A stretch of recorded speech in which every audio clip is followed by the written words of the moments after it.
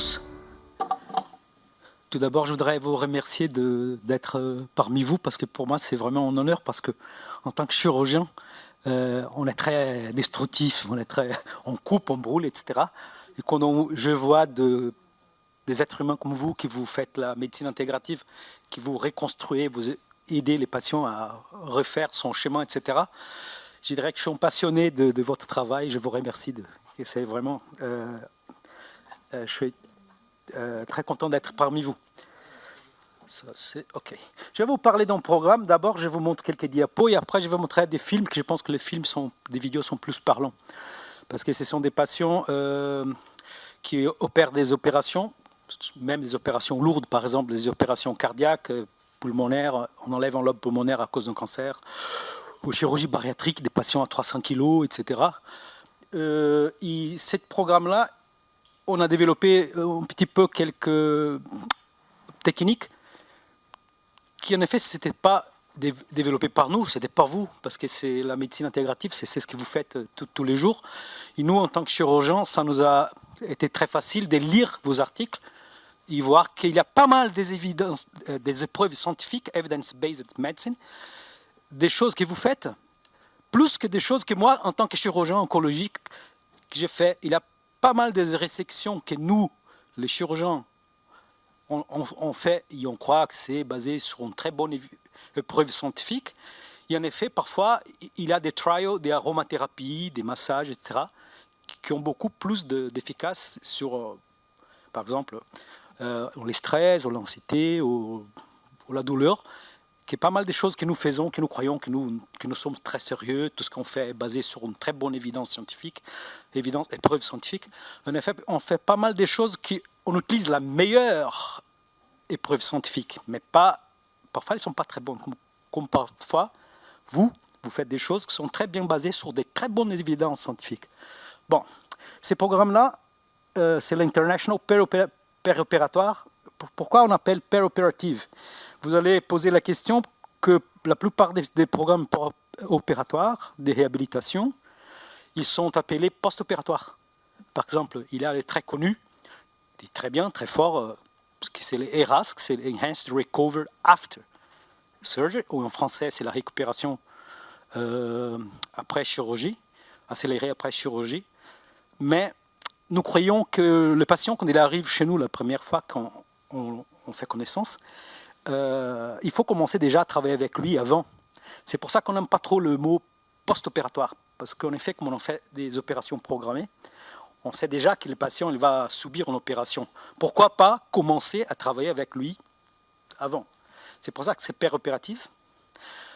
Il appelait Europrogram parce qu'on travaille avec des Anglais, des Italiens, des Français, Portugais, Espagnols, etc. Mais aujourd'hui, on a changé, c'est Eurasian Program parce qu'on a commencé à travailler avec les collègues de Shenzhen, en Chine. On va changer les noms là, après. On parle de evidence-based medicine parce qu'en tant que chirurgien dans l'hôpital, c'est vrai qu'il faut que tout ce qu'on fasse soit basé sur des bonnes épreuves scientifiques. Mais parmi vous, je peux confesser que pas mal des choses, parfois, le patient pose la question, par exemple, je vous donne un exemple, des huiles essentielles. Parfois, les patients disent, docteur, j'utilise telle huile essentielle, je me sens très bien quand je sens cette odeur. Est-ce que ça peut me diminuer la douleur? S'il n'y a pas un trial, s'il n'y a pas une étude randomisée, s'il n'y a pas en révision systématique, en tant que chirurgien dans un hôpital public, je ne peux pas dire oui, ça diminue la douleur. Mais c'est vrai qu'on va jouer un petit peu sur l'expérience du patient. On va dire, bon, si vous vous sentez bien, voilà, vous pouvez le faire. Mais par contre, si ce sont des huiles essentielles, qu'il y a des trials, qu'il y a déjà des épreuves, on dit oui, ok, celui-là diminue la douleur post-opératoire. Mais normalement, je vais vous montrer des choses qu'il faut que ce soit evidence-based.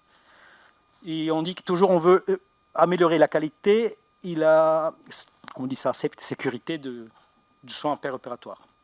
Je voudrais remercier spécialement mon maître, mon frère, Q, et Madame Vargos, c'est notre ange gardien.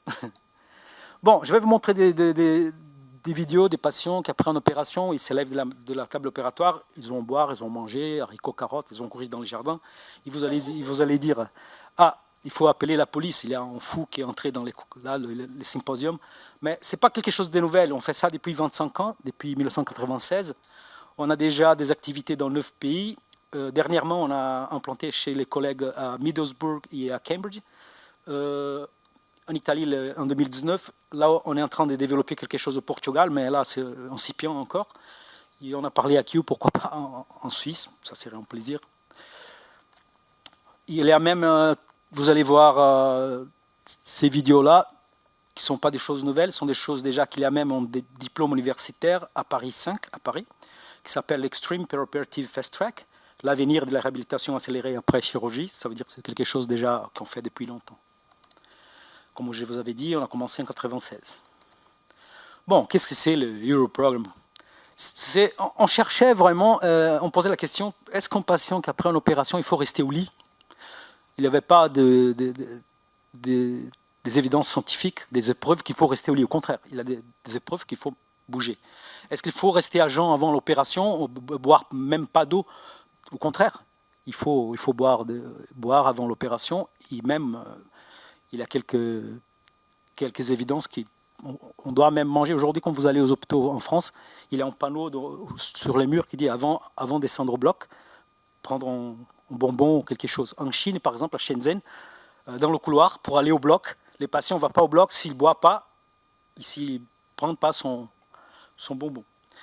Ça veut dire qu'on cherche sur la littérature des bonnes évidences niveau 1A et 1B, des evidence-based, de gestes qui puissent réduire la souffrance, la mortalité, parce que malheureusement, chirurgie cardiaque, thoracique, neurochirurgie bariatrique, c'est triste à dire, mais il y a même des décès. C'est vrai que des opérations plus légères, c'est moins morbide. Et la nécessité de rester à l'hôpital. Pourquoi j'ai dit need of hospital stay? Je ne dis pas la durée. Parce que si les patients veulent rester à l'hôpital en train de se faire masser au jardin, sourire, faire des exercices, parfois elle peut rester. Parce qu'il faut faire très attention, parce qu'il y a des gens qui pensent que réhabilitation précoce, ça veut dire éjecter les patients comme un missile de l'hôpital. Non, c'est pas ça. S'il veut rester, parce qu'il y a des gens qui habitent seuls, il y a des gens qui au niveau de sa vie personnelle, ils préfèrent rester quelques jours. C'est pas grave. Mais il ne faut pas rester au lit, en train de regarder la télé.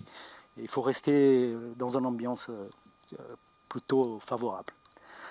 Bon, comme on est dans une conférence de médecine intégrative, ça, je dirais que c'est important, mais il y a pas mal de choses que vous faites qu'on n'a pas encore testé au niveau de evidence-based medicine.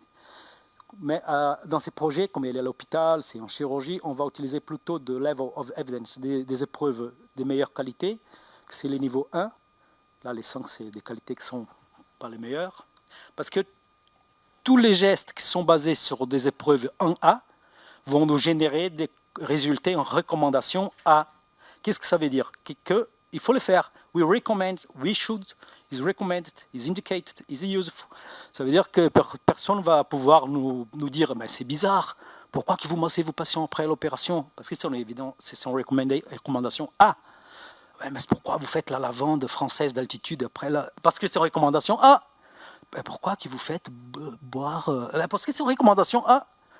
Et pourquoi parce que c'est une recommandation A. C'est pour ça qu'on va parler d'évidence-based. On a réuni 36 gestes basés sur évidence, 12 préopératoires, 12 antéopératoires, 12 post-opératoires. C'est vrai qu'en 45 minutes, je ne vais pas vous parler de tous ces 36 steps, mais je vous donne quelques petits exemples. Bon, la première question, vous allez poser la question, Juan Carlos, mais vous mentez, parce que si vous dites, s'il y a des épreuves que les huiles essentielles il y a des revues systématiques, ou c'est l'auriculothérapie, ou l'acupuncture, pourquoi on ne fait pas ça en routine? Parce que malheureusement, en chirurgie et en anesthésie, la tradition joue un rôle énorme. Parfois, on demande à un anesthésiste, au collègue, ma femme est l'anesthésiste, on demande pourquoi les patients est à jeun depuis minuit, il n'a pas même pris de l'eau. Parfois, il y a des collègues qui disent t'es toujours comme ça marche, c'est bon. Ça veut dire que c'est très traditionnel parfois. Bon, je vous donne quelques petits exemples. Entre les 36, j'ai choisi quelques exemples. Some brief examples, des gestes préopératoires, par exemple. Je ne dirais pas l'hypnose parce qu'on a des difficultés de former les gens en hypnose.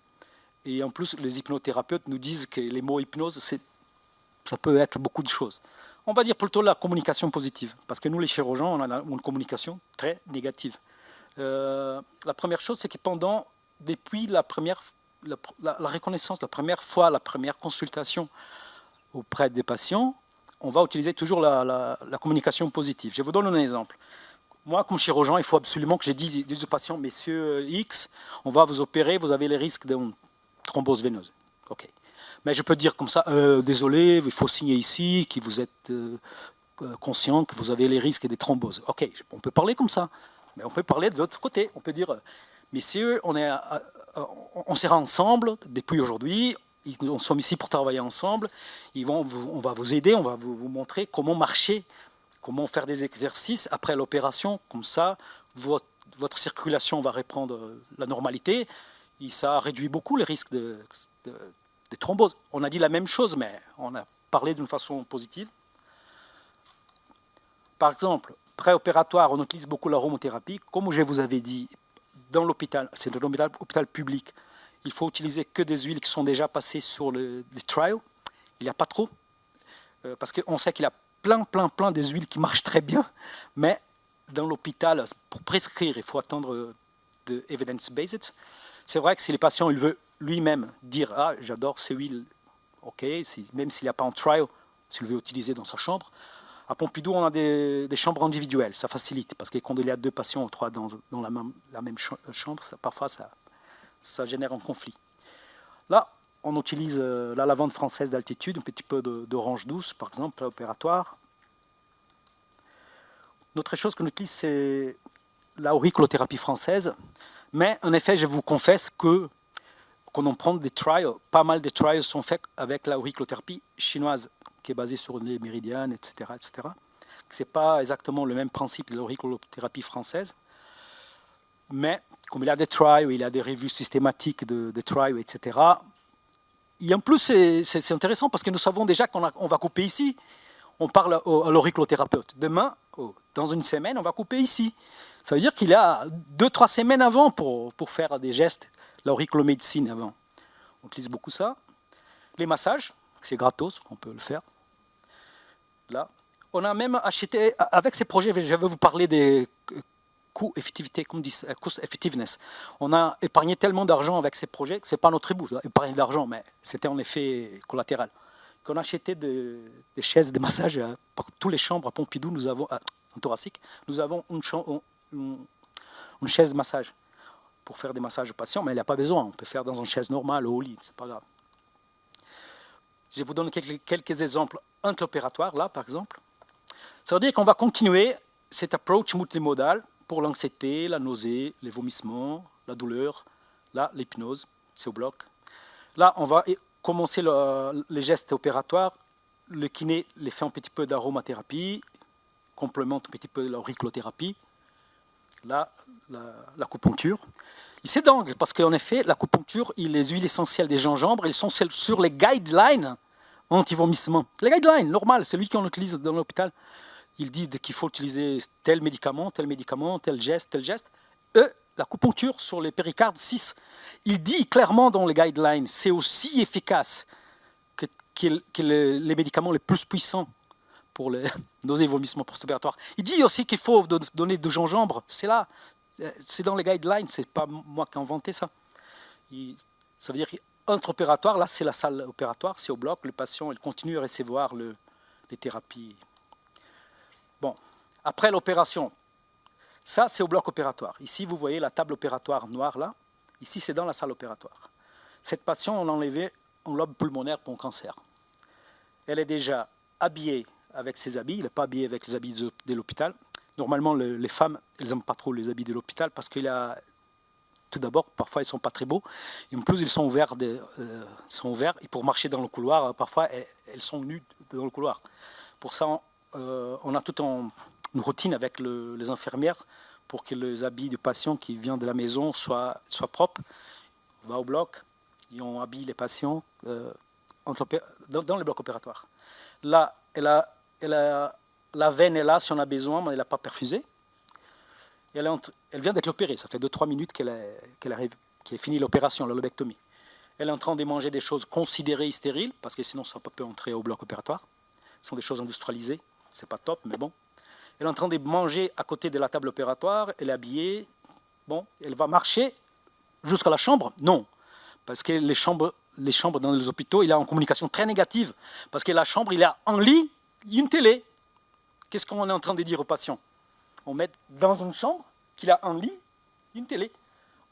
On est en train de dire, regardez les hommes politiques, les guerres, etc., pendant toute la journée à l'IT. Non, elle va choisir où elle va. On va la extuber, on va le faire manger. Elle commence à faire des exercices sur la table opératoire pour qu'on vérifie si elle est bien coordonnée au niveau des jambes, etc. Et elle va choisir où elle va faire son post-opératoire en continuant le post-opératoire. Elle va choisir où elle va. Si elle va au jardin japonais, au salon d'été, etc., en salle de sport. Et on va continuer à soigner l'anxiété, la nausée, le vomissement, la douleur de façon multimodale. Là, c'est un exemple au début. L'expérience initiale, il avait Dr Gusukuma, ça c'est au Brésil, qu'elle faisait, les patients pouvaient choisir. Ils pourraient faire tout s'ils voulaient. Hypnose, sophrologie, shiatsu, doin, cupping, acupuncture, auriculothérapie, aromathérapie.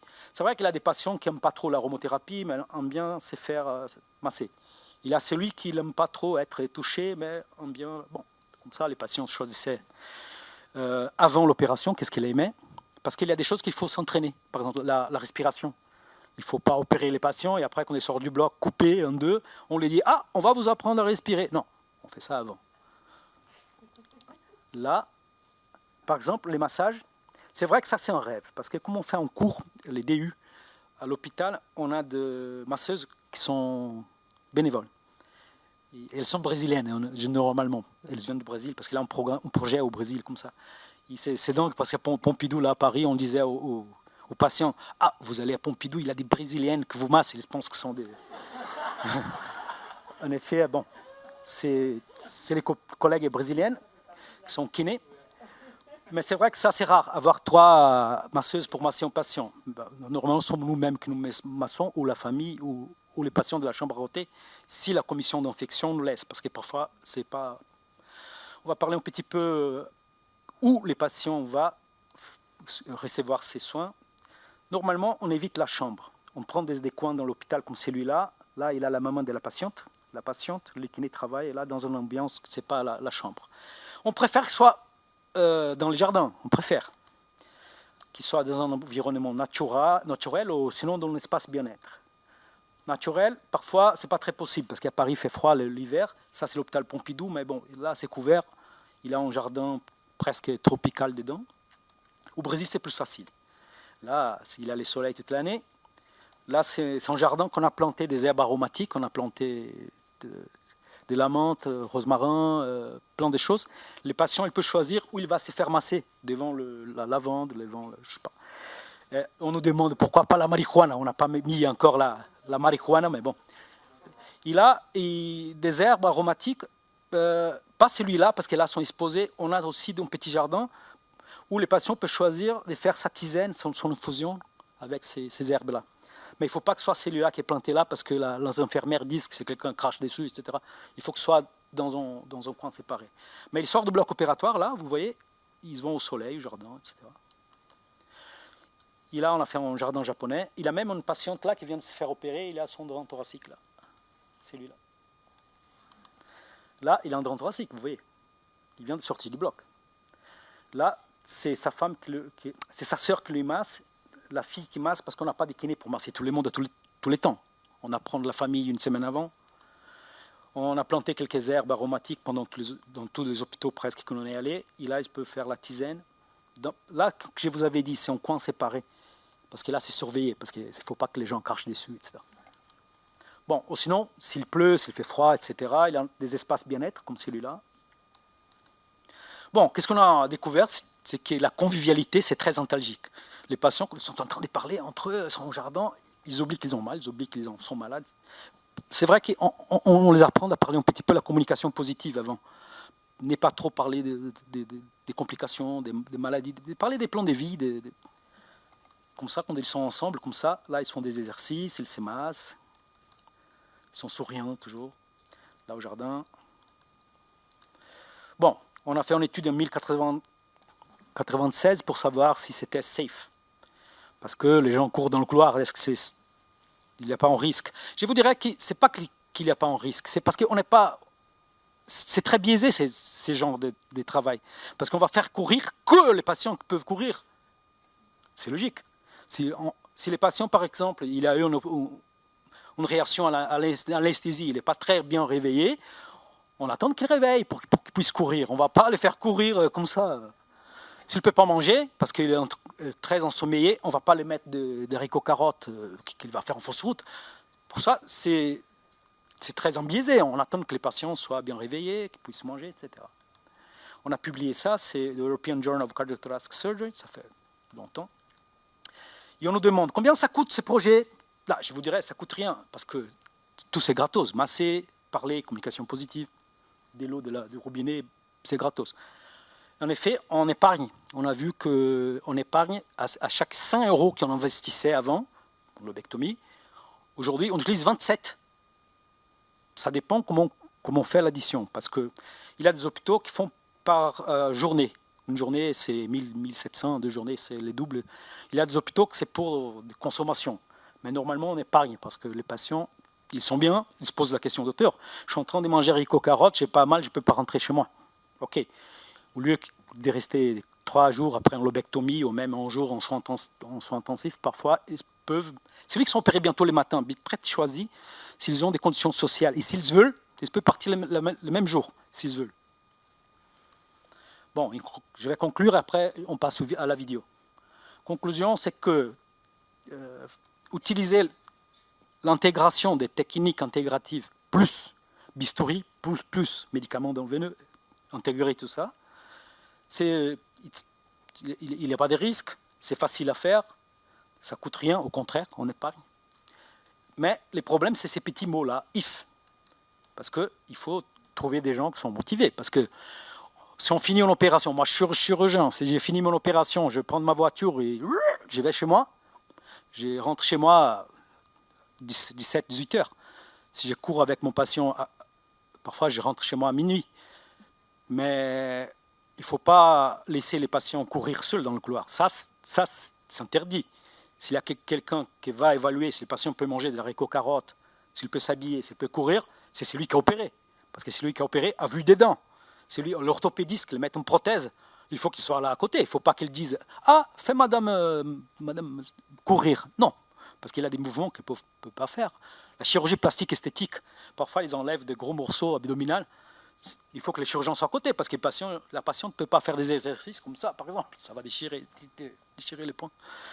Ça veut dire que les mots-clés, c'est commitment. Il faut être à côté du patient. Il faut travailler ensemble. Il ne faut pas demander aux autres de faire.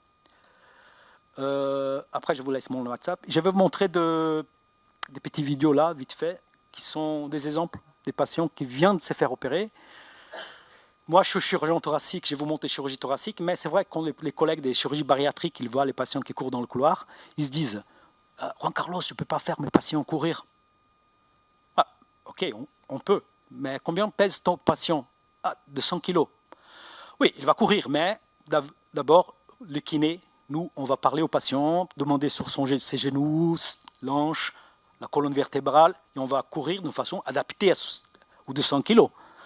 Ou sinon, il y a des patients très âgés, qui ont des vertiges. Bon, il peut courir, peut-être pas courir, mais il peut faire d'autres exercices. Il faut adapter. Il faut toujours que les chirurgiens soient à côté du patient. Je même rigole parce que les années 80, je disais aux internes, l'important c'est que le patient mange, il marche, parce que ça évite beaucoup de complications. Aujourd'hui, je ne dis plus ça. Je dis que les mots-clés, c'est les commitments, c'est être à côté, l'intention d'être à côté. Parce que quand on est à côté, c'est facile, on aide les patients et tout va bien. Bon, ces patients-là, ils viennent de subir une lobectomie supérieure gauche à cause d'un adénocarcinome. Là, c'est la salle opératoire. Quelques minutes après, il commence à faire des exercices, on vérifie s'il est bien réveillé. C'est vrai qu'on utilise une anesthésie spéciale, on a développé une solution qu'on injecte, on n'a pas besoin d'anesthésie générale normalement. Mais après, on va vérifier s'il peut boire. On est à côté, il faut être à côté, il ne faut pas dire « fais boire », parce que sinon, Il y a des patients qui ne peuvent pas boire. Là, je suis à côté. S'il est en fausse route, je suis là. C'est pas grave. Après, il va s'habiller, il va courir. Et là, c'est les dents. Mais pourquoi courir n'est pas marcher? Parce qu'on a vu que marcher, simplement, ça ne fait pas expandre les poumons complètement. Là, il est en train de dire qu'il a pas mal, il est en train de dire qu'il a mangé déjà haricots, gâteaux, etc. Sa femme le confirme. Et après, on demande, au niveau des douleurs, combien vous avez mal? Il dit, 0 c'est 0, 10 c'est la douleur insupportable. Là, c'est la thoracotomie. Il va dire 0. Mais on dit, non, 0 c'est 0, il faut appuyer, vérifier. Non, c'est 0. Parce qu'à cause de la solution qu'on injecte, mais les exercices aussi. Il a un drain thoracique, un gros tuyau là. Après, pour que les poumons gonflent, on va lui demander de faire des manœuvres de Valsalva contre les murs. Comme ça, on pourra enlever les drains. Et là, il y a pas mal, parce qu'on injecte la solution, on le fait bouger. Parce qu'il n'y a rien plus antalgique que être souriante et courir. Ça, mouvement et bonne humeur, c'est très antalgique.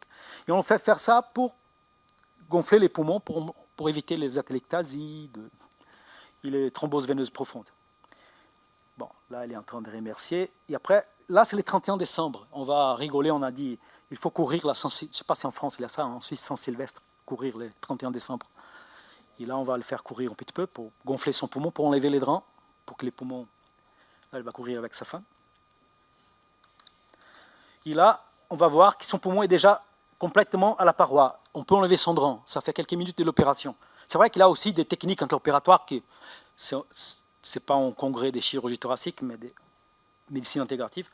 Mais il y a des détails pour éviter des fuites aériennes, mais là, il n'y a plus. C'est vrai que quand il y a des fuites, il faut laisser les drains, on ne va pas l'enlever. Mais comment on arrive à ces résultats? C'est vrai que les intraopératoires, les patients font des exercices si possible. Si possible, s'ils sont intubés en train de dormir, ce n'est pas possible. Mais s'ils sont réveillés, on a développé pas mal de techniques qu'on appelle awake. Là, la patiente est en train d'opérer son ventre. Et elle sourit, elle fait des exercices, parce que cette dame, elle avait mal au bras, là, à droite, et elle ne pouvait pas rester comme ça, crucifiée, là. Comme ça, elle bouge, et elle va sourire même, et elle dit, ah mais ça va bien. C'est vrai que le kiné est à côté, c'est lui qui fait faire des exercices, massage, auriculothérapie, côté droite, et elle dit que ça va. Et comme ça, elle ne fait pas très attention à l'opération. Ça veut dire qu'on utilise beaucoup moins d'anesthésie. Comme ça, si on utilise beaucoup moins d'anesthésie systémique, on pourra les réveiller vite fait. Si on pourra les réveiller, elle pourra manger. Si elle pourra manger, elle pourra marcher. Si elle pourra marcher, elle pourra courir. Si elle pourra courir... Là, je vous montre un détail. Je vous avais dit qu'il y a des petites choses intraopératoires. Là, c'est une grosse thoracotomie en Chine, à Shenzhen.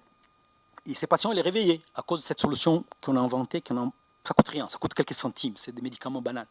Qu'on mélange et on injecte avant couper, qu'on appelle PTAS, Preemptive Target Anesthetic Solution, PTAS. Ça coûte rien. J'ai même déposé un brevet qu'il soit gratos. Ça coûte 1-2 euros. C'est anesthésie en local, bicarbonate, ce sont des choses, ça coûte centimes. On injecte et comme ça on peut opérer sans avoir besoin d'anesthésie générale. Avec ces grosses thoracotomie, parce que c'est une grosse tumeur, la patiente, elle n'est pas intubée, hein. Elle ventile normalement. Moi, je ne parle pas chinois, je ne sais pas si l'anesthésiste le fait une sorte d'hypnose, je ne sais pas, parce que moi, j'ai dit bonjour en chinois, et merci. Là, elle n'est pas intubée. Je ne sais pas si l'anesthésiste le fait quelque chose, mais là, elle n'est pas intubée, vous voyez. Il y a une grosse thoracotomie. Ça veut dire, si on ne met pas un tuyau dans la gorge, ici, là, il y a anesthésié, on peut le réveiller. Lorsqu'on finit la suture de la peau, on la réveille. Et elle pourra manger. Si elle peut manger, elle peut marcher. Si elle peut marcher, et éventuellement, elle peut courir. Si elle peut courir, son poumon gonfle, les intestins marchent, les sangs circulent dans les mollets. Et les résultats, c'est celui-là. C'est pour ça que cette dame, après une thoracotomie, elle va courir dans le couloir. Attention, je donne l'appareil pour pouvoir courir. Elle va courir. Et vous savez que les kinés sont très contents parce qu'on a l'espace pour faire la visite. Et les patients en train de courir, ils écrivent sur l'ordinateur. La dame en train de courir, elle a pas mal. Parce que si on laisse ces patients-là après une thoracotomie alitée, sur morphinique, perfusés, les kinés, ils auront du mal à enlever la douleur. Bon, quelques petites vidéos. Là, le patient de la prostatectomie. Moi, je ne suis pas urologiste, je ne fais pas de prostatectomie. Mais mes collègues de l'urologie disent « Ah, Juan Carlos, au niveau des urologies, on ne peut pas les faire. » Toujours, il faut adapter. Ces patients-là, vous allez voir, il y a une sonde urinaire. Bon, pour courir avec une sonde urinaire, il faut faire attention. Parce que si elle commence à tirer la vessie, capote. Comme ça, les collègues, lui, qui est urologiste, lui, il va adapter la fixation de la sonde urinaire. Et là, on masse un petit peu parce qu'il était sur les lits là, pendant l'opération. On voit s'il est bien équilibré, s'il garde les forces dans les jambes. Parce que s'il est bien, on va courir. Ces messieurs-là, ils courent d'une façon un petit peu spéciale, mais il va courir. Les chirurgies sur la région pelvienne font beaucoup de thrombose. C'est pour ça que courir, c'est bien. Mais il ne faut pas tirer la sonde urinaire, sinon on va abîmer sa vessie. Ah, vous voyez, les couloirs que vous avez vus qui étaient complètement colorés, là, c'était celui-là avant. Quand on arrive dans un hôpital, on essaye de planter un jardin et de changer les couleurs, etc. Là, ce sont des patients des chirurgies bariatriques le matin, chirurgie bariatrique il y a quelques minutes. Elles sont en train de courir, mais il ne faut pas qu'elles courent d'une façon qui va abîmer les genoux. Il faut adapter. Et là, elles sont en train de dire « Ah, on va se faire opérer, on veut rentrer chez moi. » Là, là, là. Elle explique qu'elles ont pas mal, mais on n'avait pas de kiné pour tous les patients. On a appris une patiente à masser l'autre. Comme ça, elles ont massé les dos, etc. Parce qu'ils ont pas mal que sur la région opérée. Elles ont presque 200 kilos et ils sont alités. Ok. Et là, c'est le même couloir, vous voyez. Il était comme ça. On a fait ça et on a planté des herbes aromatiques là. Là, c'était vraiment la catastrophe. Et là, on a appelé des collègues de médecine intégrative. Il nous a dit quelques herbes il faut planter, quelles couleurs il faut utiliser. Parce que moi, je n'en sais rien. Je coupe, je brûle, je détruis. C'est à vous de reconstruire. Et là, il est en train de dire ah, j'ai fait l'exercice, j'ai pas mal, etc. Je vais rentrer chez moi. Parfois, les gens me demandent, ces patients-là, elles ne sont pas très grosses. Celui-là, par exemple, mais ce n'est pas moi qui indique les opérations. J'aide les collègues. Je ne sais pas pourquoi elle a indiqué. Elle dit qu'elle a pas mal, qu'elle peut appuyer, ça va. Elle vient de se faire opérer. C'est vrai que celui qui sont opérés à 18h, 19h, ils restent pour le lendemain. Ok. Ah, ça c'est intéressant. On n'avait pas de kiné. Ça, c'est l'infirmière de Cambridge, de la chirurgie thoracique. C'est Charlotte. Elle est allée voir les programmes. Mais on était tous les deux seuls, avec les chirurgiens bariatriques. Moi, je ne fais pas la bariatrique. J'aide, mais je ne le fais pas. On n'avait pas de kiné. On a opéré 5 patients. On a appris un patient à masser l'autre. Et là, c'était le dernier patient. Il sort du bloc. Il se masse les autres. Les kinés les a pris, etc. Les techniques. Comme ça, ça dépanne. Et là, c'est l'infirmière. OK. Ici, on est en soins intensifs. Il faut poser la question, pourquoi notre patient en soins intensifs? Parce qu'il y a 2 genres de patients en soins intensifs. Il y a celui qui est en train d'être soigné, qui a eu un gros AVC, il ne peut pas bouger. Celui-là, c'est un patient qui est en train d'être soigné, son infarctus, son AVC, son sepsis. Mais il y a un autre patient qui est en soins intensifs. C'est celui-là qui est pour surveiller. Il a été opéré, ces messieurs-là. Ah, mais il est à haut risque d'un infarctus. Ouais, il est à haut risque. Oui, il est à haut risque d'un AVC. Oui, je comprends, il est à haut risque. Mais là, à ces moments-là, est-ce qu'il a eu un infarctus? Non, pas encore. Heureusement, j'espère que jamais. Est-ce qu'il a un AVC? Non. Pourquoi l'alité? Pourquoi l'attacher? Pourquoi le laisser nu? Là, il est en surveillance. Ça veut dire on va les laisser en surveillance. On va les laisser à côté de son lit, de soins intensifs. On ne va pas les déperfuser. Il a toujours sa veine-là qui est bien calibreuse, elle est bien. Mais pourquoi rester au lit? Pourquoi pas marcher? Là, il peut marcher, regardez. Bon, c'est vrai que ce n'est pas facile parce qu'on a enlevé un petit flap des muscles là, on a mis là parce qu'il avait une grosse tumeur. Ben, il peut marcher. Il a toujours sa sonde urinaire. Il a sa sonde parce qu'elle ne peut pas manger, parce qu'en voyant d'enlever tous les plafonds, le plancher. Mais il est même content, il est souriant. Bon, il y a les dernières diapos, je vais vous montrer une petite chose. En effet, j'ai découvert que les gens pouvaient courir, manger, etc. après l'opération, parce que ma maman est italienne, elle habite à São Paulo. C'est la plus grande ville italienne du monde. Il y a 5 millions d'Italiens à São Paulo. Et moi, personne ne voulait opérer à l'hôpital public dans le quartier italien, que c'est la périphérie, c'est la banlieue, etc., public, il y a des grosses tumeurs, etc. Et en plus, les gens parlent italien. Bon, moi, ma maman est italienne, sa maison est à côté de l'hôpital italien. J'ai opéré à l'hôpital de l'université de São Paulo, très technologique, tout ce qu'il faut. Et là, l'hôpital italien, il avait presque rien. Par contre, j'ai opéré les patients dans les hôpitaux haut niveau, de technologie, etc. Ils avaient mal, ils vomissaient, etc. J'ai opéré les patients dans l'hôpital italien. La maman arrivait avec des choses à manger. Je venais de faire une lobectomie et elle posait la question « Docteur, elle peut manger ?» Je disais « Non, pas du tout. » « Ah non, mais je disais « Bon, voilà, un petit peu. » Bon, ils mangeaient. Après, je me pose la question « Mais pourquoi j'ai opéré les poumons, il est bien réveillé, pourquoi il ne peut pas manger ?» Il n'est pas nausé.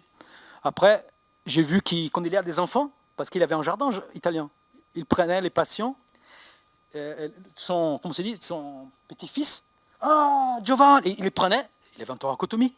Ils avaient pas mal, ils s'embrassaient, etc. Et c'était bizarre parce que j'ai fait les mêmes médicaments que j'ai fait à l'hôpital de l'université, ils ne sont pas ça. Après, je m'assois au jardin et j'ai dit, mais c'est pas possible ce qui se passe ici. J'ai vu qu'à l'hôpital de l'université, très technologie, très soins intensifs, les patients sortent du bloc opératoire. Aujourd'hui, c'est plus comme ça, mais à l'époque, les années 80, 10, 2000, après une lobectomie, pas mal de gens allaient en soins intensifs. Allaient parce que c'était un petit peu la routine, même quelques heures. Dans le soin intensif, toujours était froid. Toujours ils étaient nus. Bon, nus, branchés, câblés. Les machines, le patient il était figé comme ça. C'est vrai qu'ils avaient mal. Et après je disais, vous avez mal à la thoracotomie? Non, ils avaient mal ici parce qu'ils étaient comme ça. Ah, j'ai mal là, docteur. J'ai mal là. Ça veut dire, la douleur, c'est à cause de nous qui le mettait cloué sur les lits. Et j'ai vu qu'il y avait ma famille, ma soeur et mon frère sont mariés des Japonais brésiliens. Ils n'ont jamais mal. Même s'ils ont un infarctus, ils sont comme ça, ils ne se parlent rien. Après, ils se tombent morts. J'ai vu que la douleur, c'est quelque chose de très culturel. J'ai commencé à faire des opérations japonais brésiliens parce qu'ils n'avaient jamais mal. Pas comme les Italiens. Bon, et là, ils avaient pas mal. Comme ça, on a parlé aux copains en Chine, en Shenzhen, et on a répété les projets européens et brésiliens et mexicains en Chine pour voir si ça marche. Je vous dirais que c'est l'endroit où les projets marchent le meilleur. Parce qu'il y a quelque chose en Chine qu'il n'y a pas ici en Occident. Tout d'abord, c'est la culture de la médecine intégrative. Ici, parler des massages, etc. Par exemple, à l'hôpital Pompidou, il a les Qigong. On peut prescrire paracétamol, etc. Qigong. En Chine, il n'y a pas besoin de prescrire. Tous les gens connaissent les Qigong. Ils ne se parlent pas Qigong, ils se parlent d'autres mots, mais c'est une espèce, pour nous, les Occidentaux, une espèce de Qigong. Et là, les patients, il n'y a pas besoin de se faire, de les former au Qigong, comme à Pompidou. Là, le patient, il fait ça parce que chez lui, il faisait ça depuis sa jeunesse. Ça, c'est avant l'opération. Il va se faire opérer, là, c'est le bloc opératoire. Avant d'entrer, il fait ça. Il se sent très bien. On l'opère. Et après l'opération, il va au jardin, il continue. C'est vrai que l'anatomie des Chinois, elle est très belle. C'est pas comme la nôtre. Il n'y a pas très de graisse autour des structures médiastinales. Et c'est vrai que pas mal de cas, on ne met pas les drains. Parce que chez nous, en Europe, il y a pas mal de graisse dedans. Quand on dissèque, parfois, il faut mettre un drain. Chez eux, ils viennent de se faire opérer. On n'a pas mis des drains. Et là, au jardin en Chine, on court avec les patients, etc. La seule chose bizarre en Chine que j'ai vu, c'est que les femmes chinoises, pour elles, il n'y a pas un souci d'utiliser ces vêtements-là. Pour les femmes occidentales, par exemple au Brésil, si on habille une femme comme ça, jeune, elle ne sort pas de la chambre. Hein. Un jour au Brésil, j'ai opéré une fille, j'ai aidé mon collègue chirurgien général à faire une cholestectomie. Parce que moi, je suis un peu comment faire une cholestectomie, je suis thoracique. J'ai aidé, après l'opération, j'ai dit, bon, madame, vous pouvez vous habiller. Et l'infirmière, était l'infirmière un petit peu comme ça, elle dit, docteur, qu'est-ce que vous allez faire? C'est n'importe quoi, les patients, il faut rester au lit. Je dis, non, on va marcher un tout petit peu, c'est dangereux, elle va tomber. Je dis, non, j'essaierai à côté. Après, la dame ouvre la porte, elle avait une trentaine d'années, elle avait des talons comme ça. J'ai dit, vous allez marcher avec les talons? Ah oui, docteur, parce que j'allais dire, changer ça pour un basket, quelque chose. Elle dit, ah docteur, c'est comme ça. Moi, sans mes talons, je suis personne. Bon, j'ai dit, bon, on y va. Bon, on a marché avec les talons, doucement, mais on a marché. Mais c'est vrai qu'on a vu que les dames, les filles, quand se font opérer, quand ils sont déshabillés, comme ça, ne sont pas maquillées, parfois, elles ne marchent pas. Et on demande, pourquoi on en va au couloir? Non, non, docteur, non. Et après, quand elles se peignent, elles s'habillent, elles se maquillent, elles vont. Ça veut dire qu'il faut s'adapter. Non, à Pompidou et au Brésil, on descend du bloc avec la valise, avec le maquillage, tout ça. Et on a mis au Brésil en miroir, comme ça, dans les murs, pour qu'elles puissent s'habiller. Parce qu'on a vu que si on opère des jeunes filles, en gynéco, il y a pas mal de patients à une vingtaine, trentaine d'années. Si elles ne sont pas habillées comme elles veulent, elles ne sortent pas. Là, c'est en Chine. Il y a des choses culturelles, par exemple. C'est très bien en Chine. Ici, en Occident, on dit aux patients, messieurs, c'est bien de marcher. Parfois, en bariatrique, ils n'aiment pas trop marcher. Oh, ok, docteur, je vais marcher. On descend de bloc pour opérer un autre patient, on revient, et il est en train de dormir. Ah, il faut marcher. Ah, je viens de m'aliter, mais j'étais en train de marcher. C'est pas vrai, mais bon, et c'est difficile parfois à faire quelques patients marcher. En Chine, je ne parle pas chinois, mais j'ai dit au professeur Chao Kum, qui sont des grands savants de ces techniques-là. Il a dit, est-ce qu'il faut marcher? J'ai dit oui. Il a dit, ok. Il a parlé quelque chose en chinois, je ne parle pas chinois, dans le service. Dans quelques secondes, tout le monde était debout à la porte. Après, il a dit quelque chose encore, je ne sais pas qu'est-ce qu'il a dit, et tout le monde marche. Il y a quelques-uns qui sont opérés. J'ai trouvé sensationnel ça. Ils ne se plaignent pas. Tout le monde. Et après, on est allé au bloc opéré. Et finalement, quand je suis descendu à 20h, ils marchaient. J'ai dit, professeur, c'est bien, c'est bon. Il a dit, ah, c'est bon, ils peuvent arrêter? Oui. Là, ils marchent toute la journée. Ils vont faire les tours. C'est vrai qu'on n'a pas d'embolie, on n'a pas de soucis. Là, ils marchent.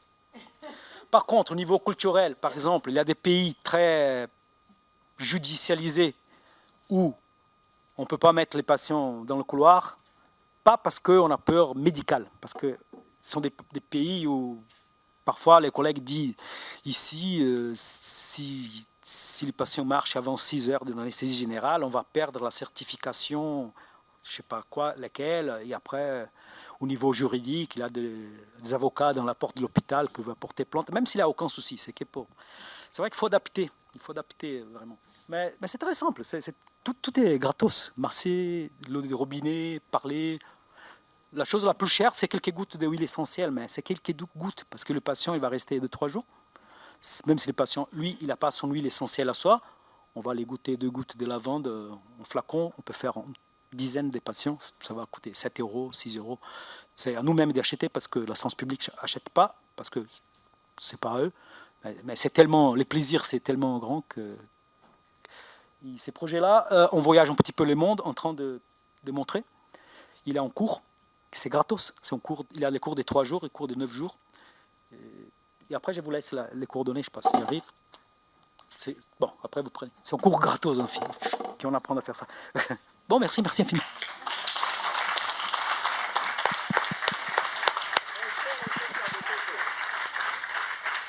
Merci beaucoup Dr Das Neves Pereira, merci infiniment pour cette extraordinaire présentation qui finalement, elle bouleverse et change les paradigmes. Moi, ça me rappelle effectivement, même pour la chimiothérapie, on disait toujours non, il faut rester le plus tranquille possible, écouter son corps. Puis maintenant, on sait que l'activité physique, même pendant les périodes de chimiothérapie, ça réduit les effets secondaires. Donc c'est un peu la similitude, même vous avez été plus loin, je vous félicite. Est-ce qu'on a place aux questions? Parce que j'ai vécu 2 anesthésies pour des interventions de fibrome, mais j'aurais été incapable de me lever. Je veux dire, je pense qu'une des clés, c'est le type d'anesthésie que vous utilisez. Parce que moi, j'étais annihilée, quoi. Quand on a publié l'article, les premiers articles, on dit la première phrase, les cornerstones du fast track, c'est l'anesthésie. Parce que ça ne sert à rien de... Parfois, je voyage le monde, je ne connais pas l'anesthésiste. Et la première anesthésie, l'anesthésiste fait l'anesthésie traditionnelle. Et après, très puissante. Parfois, le patient ne réveille pas même. Et on dit, messieurs, là, on ne va pas manger, on ne va pas courir. Ben non. C'est pour ça que je rentre chez moi parfois tard, pas parce que l'opération est finie à 21h. Elle est finie à 19h, mais elles sont tellement morphinisées que je coupe la morphine, mais après, elle circule 6 heures. Je reste jusqu'à minuit, 1h. Les gardiens à Pompidou, ils me connaissent parce que je cours dans le rez-de-chaussée là, parfois à minuit, parce qu'ils montent au service à 19, parce qu'ils ferment la salle de réveil. 19, 20, 21, 22, 34, ils vont réveiller à 1h du matin. C'est vrai que ma femme, elle n'aime pas trop, mais elle est chirurgienne aussi. Ouais.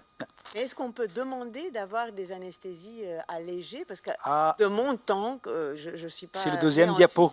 En Roumanie, on faisait des anesthésies locales, mais pour des opérations assez sérieuses. Alors qu'ici, pour à peu près tout, on fait des anesthésies générales qui t'assomment. C'est le deuxième diapo. Le deuxième diapo dit, s'il y a 2 épreuves qu'on peut faire des awake, on peut opérer les poumons awake. En local. Mais je vous dirais une petite chose, si le patient est réveillé, il faut rester à côté. C'est clair. Il ne faut pas aller prendre un café, ou sinon, je ne dirais pas, mais il y a malheureusement des pays au monde où l'anesthésiste fait 2 salles. S'il va faire 2 salles, il faut chuter les 2 patients. Parce que... et de préférence bien chuter, comme ça, il ne bouge pas. Mais même s'il ne fait pas 2 salles, la tradition d'intuber, la tradition de laisser anesthésier juste à la fermeture du dernier point de la pause, parfois c'est une tradition. Mais comment vous faites, vous, pour sortir de cette tradition? C'est pas que moi. En effet, j'arrive pas à sortir parce que ça dépend du collègue, s'il veut, s'il veut pas. Parce que normalement, les nouvelles générations, je croyais qu'elles seraient plus ouvertes, mais finalement, c'est pas une question de génération. Parce que notre anesthésiste, c'était au Hübsch in memoriam, parce qu'il est décédé. Il avait 75 ans, peut-être, je sais pas. Il faisait une anesthésie très moderne. Et parfois, il a des collègues plus jeunes que moi qui font la tradition. C'est un petit peu la morphine, c'est un petit peu... Merci beaucoup. Est-ce qu'il y a une question dans la salle pour le docteur Pereira?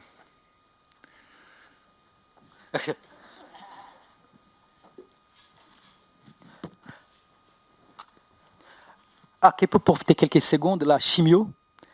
Là, dans l'hôpital brésilien, on achetait des vélos, pas les vélos comme ça, mais allongés. Les patients font des vélos pendant la chimio. Ouais. J'ai 2 questions parce que je suis très curieuse, parce que je pense aussi à différentes expériences. Quel a été le fil détonateur de ce processus? C'était quand vous avez commencé à opérer vraiment de cet hôpital italien. C'est vrai que quand j'étais étudiant, je demandais des questions à mes professeurs. Pourquoi il faut rester à jeun après une opération du pied? Et toujours, j'entendais des réponses que ça, c'était pas très j'étais pas convaincu. Et en effet, après, je lisais les bouquins. Je suis âgé, je suis à l'époque qu'on allait à la bibliothèque physique. Et je lisais 2, 3, 4, 5, 10 bouquins. Et il n'y avait pas de réponse. C'est vrai que pourquoi rester à l'IT? En effet, j'étais déjà un petit peu gêné avec les réponses que j'avais pendant la fac, les années 90. Et l'autre chose, je ne sais pas si j'ai bien compris le fond, à part qu'il y a plein de questions techniques dans ce que vous faites, mais est-ce que la base, ce n'est pas de garder la vie à l'intérieur de l'hôpital? Non, si le patient veut rester, il peut rester, c'est pas grave. Le souci, c'est s'il veut rester, on dit, si vous voulez rester, vous devez bien manger, bien penser, bien respirer, bien bouger. Il faut rester sainement dans l'hôpital. Il faut pas... je vous donne un exemple. Il y a les patients qui, pour une question sociale, ne peuvent pas rentrer. Il reste à l'hôpital. Mais si on ne fait rien de spécial, il va rester au lit, ou sinon à 6. Comme ça, on a des programmes au jardin, pour qu'il va au jardin, pour que les jardins soient plus attirants que la chambre. S'il veut rester dans la chambre, ok, mais on fait une espèce de communication, des suggestions qu'il va faire des exercices. Et même quand ils rentrent chez eux, il y a quelques patients qui disent « Docteur, c'était très bien, je ne peux pas rester quelques jours pour faire des massages. » On a dû inventer, créer un projet qui s'appelle « Les Amis du Jardin ». Ce sont des patients qui sortent. Les jardins est à l'extérieur d'une région de transition entre celui qui sont hospitalisés et celui qui ne sont pas hospitalisés. On a un petit peu discuté avec la commission d'infection de l'hôpital parce qu'on mélange un petit peu celui qui a été opéré hier ou avant-hier et celui qui va se faire opérer aujourd'hui ou celui qui va opérer la semaine prochaine, qui est passé en consultation, on va au jardin. Pourquoi?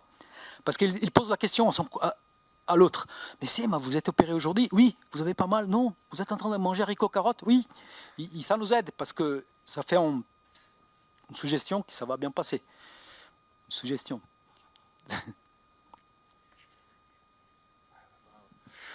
Merci infiniment. En tout cas, moi, ce que je sais, c'est que je vais me faire... Si toi, tu vas te faire soigner en Valais, moi, j'irai à Pompidou. Hein. Surtout pour les massages, moi, j'ai bien compris, ça me plaisait beaucoup.